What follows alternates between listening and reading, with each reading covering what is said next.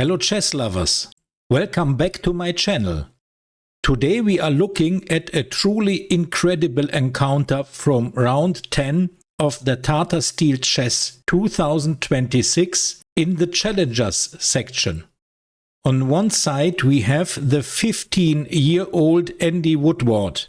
He has been unstoppable this tournament. On the other side we have a man who needs no introduction. The legendary Vassily Ivanchuk. On a good day he plays like an engine. In round 10 it was one of those days. Let's dive into that tactical masterpiece of Ivanchuk. Ivanchuk opened the game with pawn to d4. We have knight to f6 by Andy Woodward, c4 by white, e6 by black. We have knight to f3. After white's last move, black has many options. Woodward's decision was pawn to d5, knight c3 and bishop b4. We have the Ragozin variation of the Queen's Gambit declined. A very solid, flexible choice for black, popular at the highest levels. Ivanchuk moves the bishop to g5 and black answers pawn to h6. Bishop captures on f6. The black queen recaptures. Pawn to e3 now. Black is castling kingside. Rook to c1 by white. Black captures on c4. The white bishop recaptures, and now we have pawn to c5. Black makes a logical follow-up, striking at the white center with c5. White captures on c5. Knight to d7 by Woodward. Since white cannot sensibly defend the pawn after taking on c5, he pushed it to c6 to damage black's pawn structure. Black captures on c6, and now Ivanchuk castles kingside. This position, arising after white's castles kingside, has appeared several times at grandmaster level. So it is not new, and Vassily Ivanchuk was probably familiar with it because he played this variation until now in a game against David Navarra. We have rook to d8 by black. Woodward puts the rook on the same file as the white queen. This looks strong, but Ivanchuk has calculated the upcoming complications very deeply. We have knight to e4 by white. This is a very good move. And now the black queen captures on b2. This is the critical moment. Woodward spends 20 minutes here. He decides to take the pawn on b2. In most positions, this is a poisoned pawn, and against a legend like Ivanchuk, it is an extremely risky gamble, and Woodward will lose that gamble. We have rook to c2 by white, queen a3.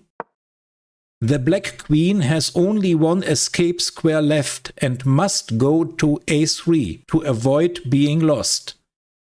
We have knight to e5 by white. After Ivanchuk's knight to e5, black is basically lost, since the knight cannot be taken. The knight on e5 is a monster. We have queen to a4.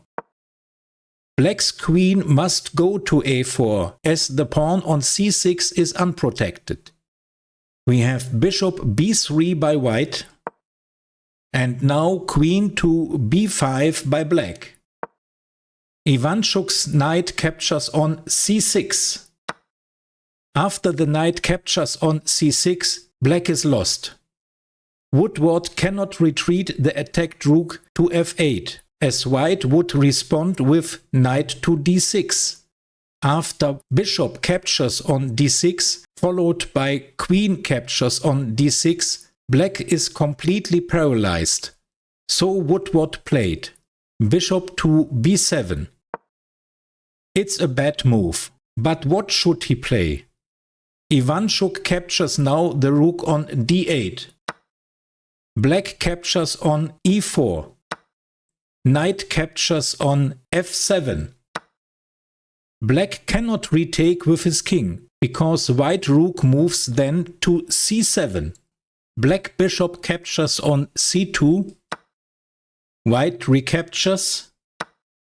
Again, the black king cannot take the knight on f7, as white would check on f3 with the queen and then win the rook on a8. So Woodward played knight to f6. We have knight to d8 by white, pawn to e5 by black, bishop a4 by white. The black queen has to retreat to c5. White queen gives a check on b3, king to h7, white knight to c6. Black has to protect the bishop on b4, so Woodward played a5. Ivanchuk moves his queen to b1 and gives a check. We have e4 by black, rook to c1. The black queen moves to e6, h3 by white, bishop to d6. Woodward tries to create some tricks. He is hoping for some counterplay, but Ivanchuk is dominating the game. We have queen to b7 by white, rook f8 by black, bishop to b3, black queen to f5, white rook captures on d6, Woodward moves his knight to g4, a desperate move from Woodward. He is threatening f2. If Ivanchuk isn't careful, he could get mated, but he has all under control. Rook to d2, the black knight captures on f2, white queen to d7. Ivanchuk has a large material advantage and therefore he wants to exchange queens. Of course, Woodward must not allow that. He moves his queen to f6.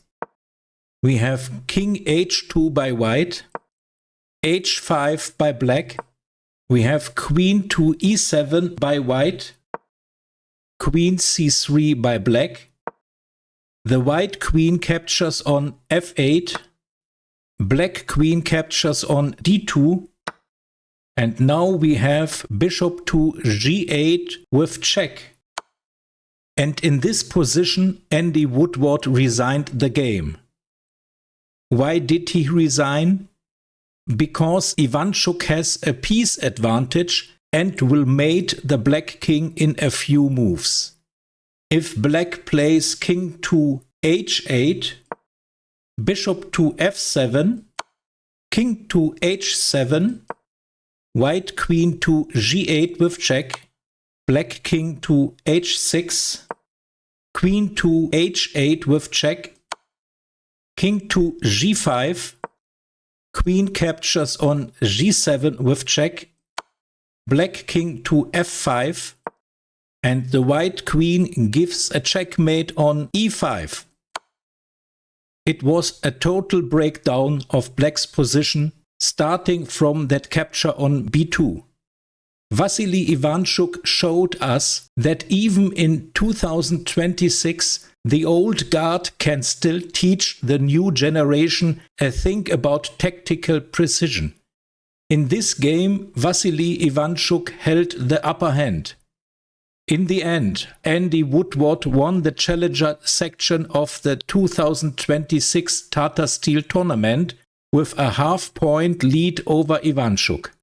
What do you think? Was Woodward too greedy on move 13 when he captured the pawn on b2? Let me know in the comments below. I will see you in the next video. Bye for now, my friends.